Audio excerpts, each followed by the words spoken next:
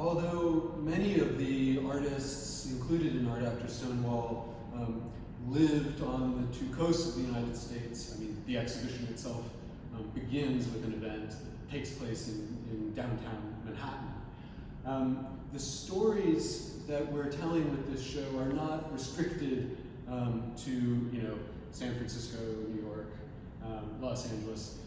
Columbus is part of that story too, and the works behind me, I think, really speak to the significance of Columbus in the 2 decades of art and queer culture at issue for the exhibition. This is an array of posters, all of which were produced by the artist Corbett Reynolds in collaboration with various photographers and designers. Corbett was a kind of quintessential Columbus artist. He owned and operated a nightclub in the Franklinton neighborhood of Columbus. It operated from the late 1970s, around 1978, it opened its doors, into the middle of the 1980s. It was called Rudely Elegant.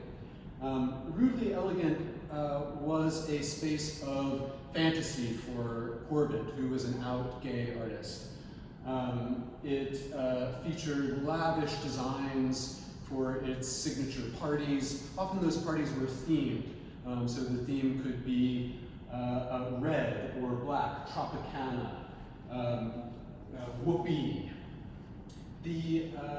This idea of having themed parties that would sort of rage all night and into the early hours of the morning, and which featured nationally recognized performers like Divine or Grace Jones, Klaus Nomi, Sylvester.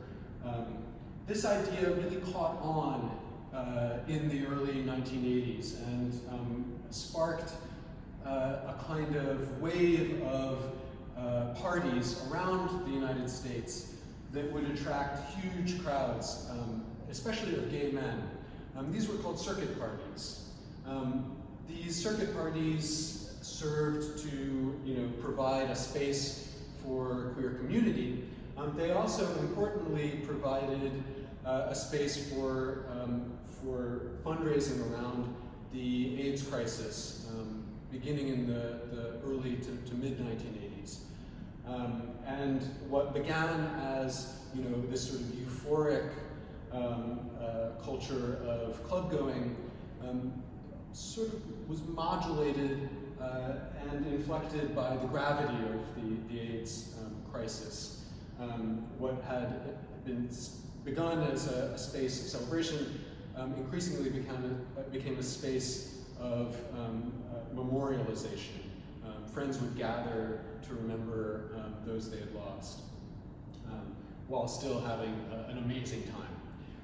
Not many people know that Columbus was really the origin point of the circuit parties, and we wanted to make sure that one thing the exhibition did was to really put Columbus on the map and in its place in this essential piece of queer history.